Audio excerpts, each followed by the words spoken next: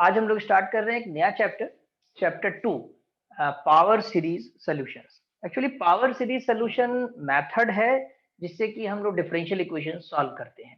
जैसा कि इसमें लिखा है, देखिए इंट्रोडक्शन में, in this chapter we will study an approach. Approach का मतलब हुआ कि एक मेथड पढ़ेंगे for solving such type of second order differential equations which sometimes can not be solved by method of previous chapters. यानी जो पीछे चैप्टर पढ़े आपने, इसमें चैप्टर 1 पढ़ा या इससे पहले बीएससी 1 में पढ़ा आपने मेथड्स सॉल्व करने के लिए सेकंड ऑर्डर डिफरेंशियल इक्वेशंस के, तो कुछ डिफरेंशियल इक्वेशंस ऐसी हैं जिनमें वो मेथड्स लग नहीं पाते, यानी सॉल्व नहीं हो पाते। तो हमने power series solution method assume किया। अब इसकी सेकंड लाइन पढ़ने से पहले हम आपको एक चीज बता दें। जैसे मान लीजिए कि आपके पास कोई इक्वेशन है y double dash minus y is equal to 0। अगर इसकी एक्सिलरी इक्वेशन बनाते हैं तो याद होगा m square minus 1 is equal to 0 आ जाएगा आपका, m equal to plus minus 1।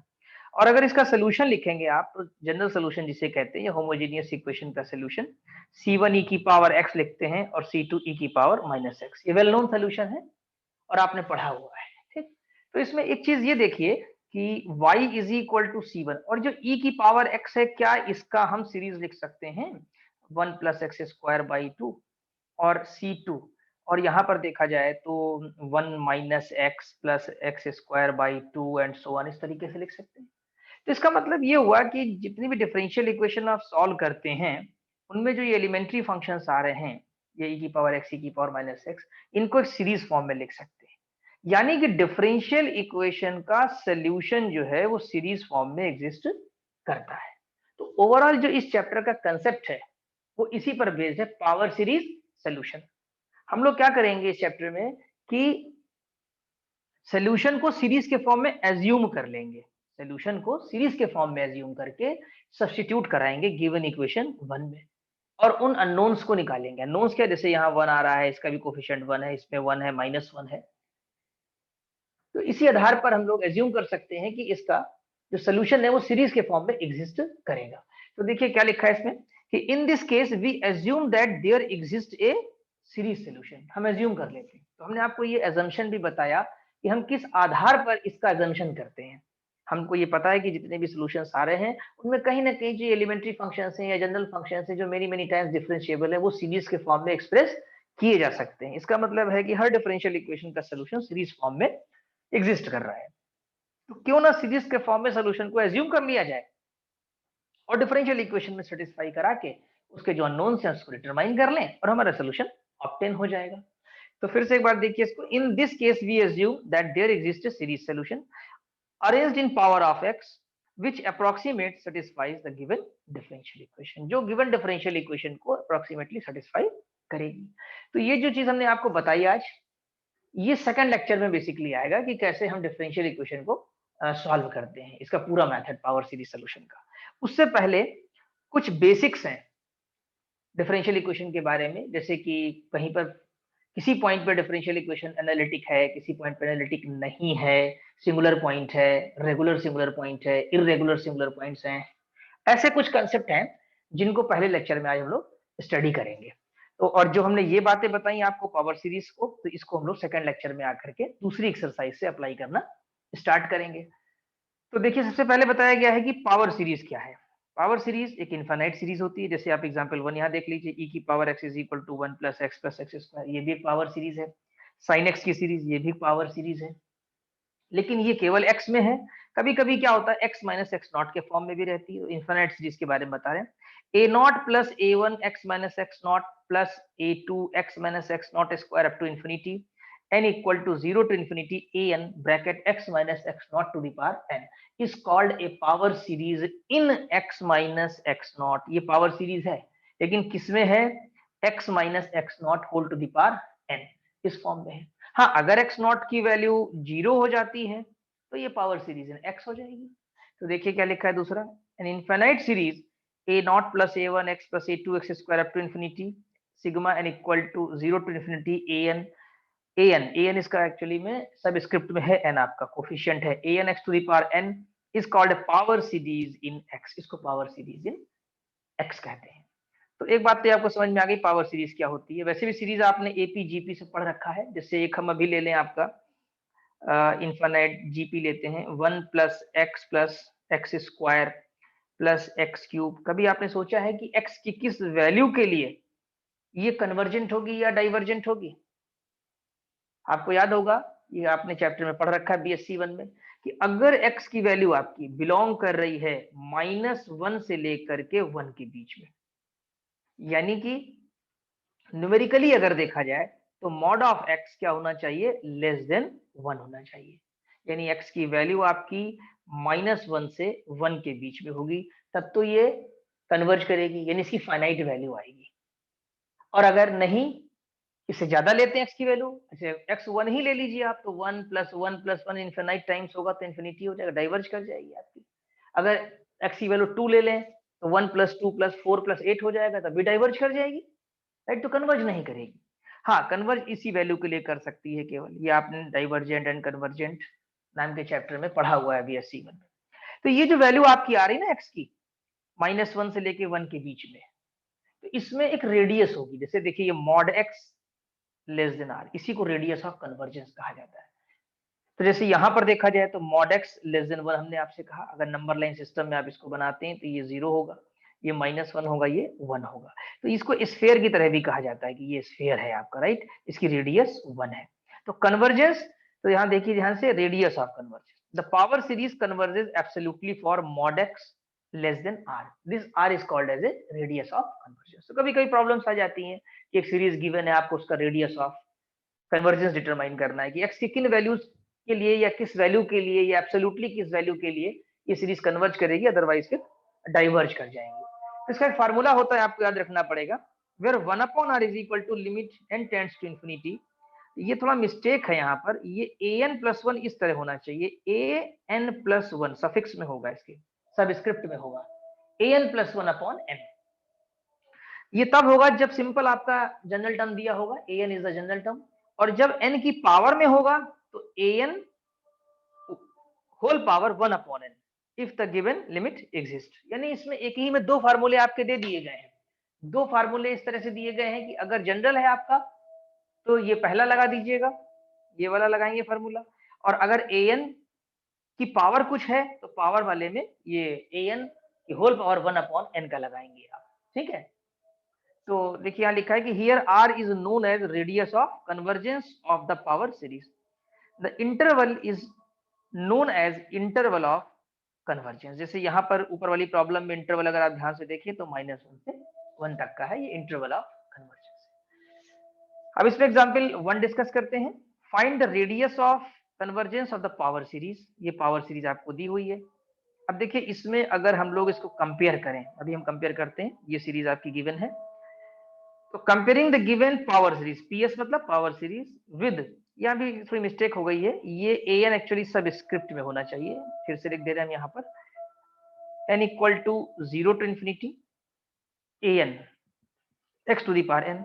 अब अगर इस सीरीज को इससे कंपेयर करिए तो x to the power n को छोड़ दीजिए, तो an की वैल्यू आएगी 1/n to the power n, right? तो ये चूंकि पावर वाला है तो इसलिए ये फॉर्मूला लगाएंगे सेकंड वाला, रेडियस ऑफ कन्वर्जेंस का। तो an is equal to 1/n to the power n, तो r 1/r, यहां से उठाइए आप इस फार्मूले को, 1/r is equal to limit n tends to infinity, mod भी लगा सकते हैं, ये नॉर्मल ले लीजिए, कोई दिक्कत नहीं, क्योंकि रेडियस हमेशा पॉजिटिव ही रहेगी, रेडियस एक पॉजिटिव नंबर है। तो ये हो जाएगा an whole to the power 1/n, आपने an की वैल्यू रखी 1/n to the power n, और 1/n, ये n कैंसिल हो गया, n टेंड्स टू इंफिनिटी लगाएंगे तो 1/infinity क्या हो जाएगा?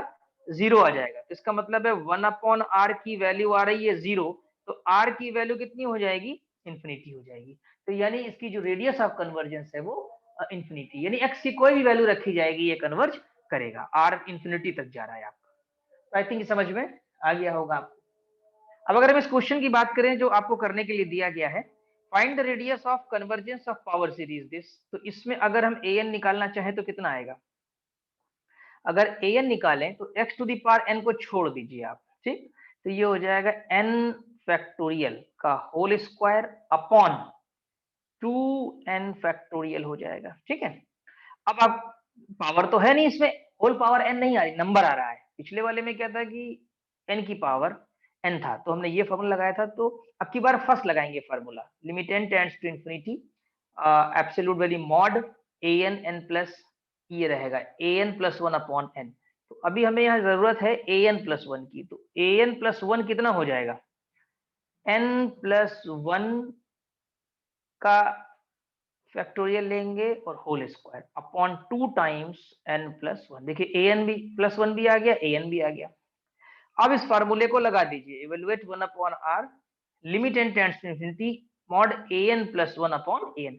an प्लस 1 की वैल्यू पुट कर दीजिए, an की कर दीजिए। जब आप लिमिट लेंगे तो आई थिंक कि r की वैल्यू 1 अपॉन r की वैल्यू 1 अपॉन 4 आना चाहिए, तभी r की वैल्यू कितनी आ रही है, 4 आ रही है। तो आई थिंक इतना समझ में आ गया होगा कि पावर सीरीज क्या होती हैं और पावर सीरीज की रेडियस ऑफ कन्वर्जेंस क्या होती है और कैसे निकालना चाहिए। अब हम लोग डिस्कस करेंगे एनालिटिक फंक्शन। तो देखिए एनालिटिक फंक्शन किसे कहते हैं। A function fx is said to be analytic at x is equal to a if there exists a neighborhood mod x minus a less than epsilon greater than 0, that is at all points of which f dash x exist, at all point of which f dash x exist। देखिए वैसे analytic function की definition और होती है, उसको मैं बोल दे रहा हूं, आप सुनिए ध्यान से। A function which is not differentiable at only a point A but also differentiable in the neighborhood of A। यानी एक फंक्शन जो कि किसी एक पॉइंट पे डिफरेंशिएबल ना हो बल्कि उस नेबरहुड में भी हो, a माइनस एप्सिलॉन से a प्लस एप्सिलॉन के बीच में। वही बात ये चीज यहाँ पे लिखी गई है, ये मॉड x माइनस। इसका मतलब होता है कि ये जो पॉइंट आप पॉइंटर बना रहे हैं x एक्चुअली इस इंटरवल में रन करता रहता है, चलता रहता है, मूवेबल है आपका ये x, ठीक है। ये x जो है इस पूरे इंटरवल में यहाँ से लेके यहाँ तक जो ब्लू लाइन आपको दिख रही है मूव करेगा। तो हर हाल में अगर देखा जाए तो a और x की बीच की दूरी यानी इस इंटरवल के अंदर अगर हम यहाँ देखें तो mod of x minus a हमेशा लेस देन एप्सिलॉन रहेगा। क्यों? क्योंकि इसकी लेंथ हमने मानी हुई है एप्सिलॉन, एक साइड एप्सिलॉन दूसरी साइड, ठीक। या यूं भी कह सकते हैं, दूसरा तरीका एक और कहने का इसका है कि x की वैल्यू हमारी किसके बीच में है, a माइनस एप्सिलॉन से लेकर के a प्लस एप्सिलॉन के बीच में। सब बातें एक ही हैं, बस प्रेजेंटेशन अलग है। फिगर से ऐसे करते हैं जो मैंने बनाया, मॉड में ऐसे करते हैं, ओपन इंटरवल में ऐसे करते हैं। एक और है x belongs to a minus epsilon to a plus epsilon, ऐसे भी लिख सकते हैं, ये भी एक तरीका लिखने का है। तो कुल मिलाकर यहाँ ये कहना है कि फंक्शन एनालिटिक कब होगा, जब वो किसी एक पॉइंट पे ही डिफरेंशिएबल ना हो बल्कि उसके नेबरहुड में भी हो। फिर से देख लीजिए, a function fx is said to analytic at x is equal to a if there exists a neighborhood mod x minus a less than epsilon greater than 0 at all points of which f dash x exist। all points का मतलब पूरे interval में a minus epsilon से लेके a plus epsilon के बीच में अगर derivative exist कर रहा है तो फंक्शन हमारा एनालिटिक कहलाएगा। डिफरेंशिएबल होना चाहिए, डिफरेंशिएबिलिटी होना तो अलग चीज है, एक पॉइंट पर है, लेकिन अगर पूरे इंटरवल में हो गया डिफरेंशिएबल, यानी डेरिवेटिव एग्जिस्ट कर गया, तो उसका एक शॉर्ट नेम कह दिया एनालिटिक फंक्शन है। अब यही चीज लागू होती है डोमेन में। डोमेन में क्या होता है कि अगर मान लीजिए कि आपके पास एक पूरा डोमेन है ये, राइट, और इसमें डोमेन को हमने डी फॉर्म में ऐसे दिखा दिया है आपका, वैसे ये लाइन में भी ले सकते हैं आप, सिंगल लाइन में यहाँ से यहाँ तक की, यहाँ से यहाँ तक पूरा डोमेन हमने लिया हुआ है, डी डोमेन। ऐसे प्लेन में भी ले सकते हैं। तो ये जो डोमेन है डी आपका, इसको कंसीडर करिए, क्योंकि आप वन वेरिएबल एक्स ले रहे हैं, इसमें ले लीजिए, ठीक। तो अगर आपका मान लीजिए कि पूरे डोमेन में डिफरेंशिएबल है हर पॉइंट पे, लेकिन किसी एक पॉइंट या किसी 2 पॉइंट 3 पॉइंट ऐसे निकल आए जहां जहां ना हो, जैसे मान लीजिए हमने ये बना दिया ब्लू डॉट, एक ये बना दिया आपका, एक हमने इधर बना दिया ये डॉट्स जहां देख रहे हैं। तो इस पूरे डोमेन में अगर ये 3 पॉइंट ऐसे मिल जाए कि हमारा ये एनालिटिक ना हो या डिफरेंशिएबल ना हो उस पॉइंट पे, तो इनको हम सिंगुलर पॉइंट्स कहते हैं या सिंगुलरिटी कहते हैं। देखिए ध्यान से, if F dash x exist at every point in the domain D, every point in the domain D except some exceptional points, यही 3 पॉइंट एक्सेप्शनल पॉइंट्स हैं, then fx is said to be, किसको कहेंगे, function को कहेंगे, fx is said to be analytic in D, analytic तो कहेंगे इसको। these exceptional points are called singular points or singularity of the function fx। तो I think समझ में आ गया होगा एनालिटिक फंक्शन किसे कहते हैं। अब ये जो सिंगुलर पॉइंट है इनके अलावा जितने पॉइंट है वो ऑर्डिनरी पॉइंट कहलाते हैं आपके। जो एक्सेप्शनल पॉइंट्स हैं वो सिंगुलर पॉइंट हो जाएंगे, और जो सिंगुलर नहीं होंगे यानी जहां फंक्शन एनालिटिक होगा यानी फंक्शन डिफाइन होगा उस पॉइंट पर, तो उसको हम लोग जो है ऑर्डिनरी पॉइंट कहते हैं। अब हम आगे बढ़ते हैं। इसमें एग्जाम्पल दिया है, the function f x is equal to e की power x, h x is equal to sine x etcetera are analytic everywhere. इसमें कोई सिंगुलर पॉइंट नहीं है, डेरिवेटिव एग्जिस्ट ना कर रहा हो या फंक्शन डिफाइंड ना हो। फंक्शन डिफाइंड नहीं होगा वो भी सिंगुलर पॉइंट हो जाएगा आपका। अब देखिए जैसे इसमें ये सब, ये पूरा एनालिटिक फंक्शन है। एग्जांपल 1, एग्जांपल 2 में क्या है, the function f x is equal to x square upon x minus 1 is analytic. कहां एनालिटिक नहीं है, जहां डिनोमिनेटर जीरो हो जाएगा। डिनोमिनेटर यानी यहाँ पर क्या है, एक्स स्क्वायर माइनस 1। अब ये जीरो कब होगा, ये इंप्लाई कर रहा है कि x is equal to plus minus 1 पे हो जाएगा। तो यानी प्लस माइनस 1 इसके क्या होगा, सिंगुलर पॉइंट्स हो गए। Analytic except those points where denominator vanish माने जीरो होना, that is at x is equal to 1, x is equal to minus 1. These points are called singular points. इन्हीं points को हम लोग क्या कहते हैं, singular points कहते हैं। अब हम लोग डिस्कस करेंगे nature of a point, ordinary and singular points. Actually में नेचर ऑफ पॉइंट जो डिस्कस करना है वो regarding to given differential equation of second order के लिए करना है, जिस चैप्टर को हम लोग पढ़ रहे हैं, जिसके लिए आगे सॉल्व भी करना है। Let us consider a differential equation of the form y double dash plus px y dash plus qx y is equal to 0। अभी एक होमोजीनियस इक्वेशन हम लोगों ने लिया है ये। अब इसमें देखना है कि ऑर्डिनरी पॉइंट कौन सा होगा। Then a point x equal to x nought कोई वैल्यू हो सकती है, 1 है, 0 है, माइनस 1 है, 2 है, कुछ भी हो सकती है, is called an ordinary point of the equation if functions px and qx। ये ध्यान दीजिएगा, ये जो क्वेश्चन आपको दिया होगा उस क्वेश्चन में px qx भी जरूर दिए जाएंगे। कोई भी डिफरेंशियल इक्वेशन हो आपकी, चाहे नीचे वाली ले लीजिए, एग्जांपल 2 ले सकते हैं। यहाँ पर आप देखिए, तो यहाँ पर px की वैल्यू आप देख रहे हैं ये है, और इसमें देख रहे हैं qx की वैल्यू ये है, राइट। तो जो डिफरेंशियल इक्वेशन गिवन होगी उसमें से सबसे पहले px qx को निकाल लेंगे, डिटरमाइन कर लेंगे। अब ऑर्डिनरी कब कहलाएगा, if function px and qx both are analytic at the point x equal to x naught, यानी x is equal to x naught पर इस पर्टिकुलर पॉइंट पे मान लीजिए आपसे पूछा जाए x is equal to 0 ordinary है कि नहीं, तो वहां पर आपको चेक करना पड़ेगा क्या कि px और qx बोथ एनालिटिक होने चाहिए। जैसे इस एग्जांपल को भी साथ साथ लेके चलते हैं, px इसका ये दिया हुआ है और qx ये दिया हुआ है, और इसे पूछा जा रहा है कि show that x is equal to 0 is an ordinary point. हाँ तो ऑर्डिनरी है, क्यों, x इज इक्वल टू 0 रखने पे डिनोमिनेटर में 0 नहीं हो रहा है, डिनोमिनेटर में 0 नहीं हो रहा है ना। ऐसा तो नहीं हो रहा है कि डिनोमिनेटर 0 हो जाए। देखिए x 0 पुट करेंगे, डिनोमिनेटर कहाँ 0 होगा, वैल्यू px की 0 हो जाएगी, qx की तो वो भी नहीं 0 होगी। तो now px and qx are analytic at x is equal to 0, therefore x equal to 0 is an ordinary point. For x is equal to 0, denominator not 0, यानी डिनोमिनेटर 0 नहीं होता है, इसलिए ये हमारा ऑर्डिनरी पॉइंट है। तो आई थिंक एग्जांपल की हेल्प से, डेफिनेशन की हेल्प से आपको समझ में आ गया होगा कि ऑर्डिनरी पॉइंट वो पॉइंट है जिसमें डिनोमिनेटर वैनिश ना करे। अब अगर इसी एग्जांपल की बात करें हम लोग, तो शायद इसमें अगर देखा जाए तो px qx में एक प्रॉब्लम आ रही है कि x1 और -1 दोनों ही ऑर्डिनरी पॉइंट नहीं है। क्यों, x इज इक्वल टू 1 पे px का डिनोमिनेटर 0 हो रहा है और qx का भी हो रहा है, दोनों में से अगर एक का भी हो गया तो मतलब फेल कर गया, फिर ऑर्डिनरी नहीं हो सकता। कहीं स्थिति ये होती कि px का डिनोमिनेटर 0 हो रहा है लेकिन qx का डिनोमिनेटर 0 नहीं हो रहा है, एक का तो 0 हुआ डिनोमिनेटर तो फेल तो कर गया, तो भी वो ऑर्डिनरी नहीं कहलाएगा, तब भी वो सिंगुलर ही कहलाएगा।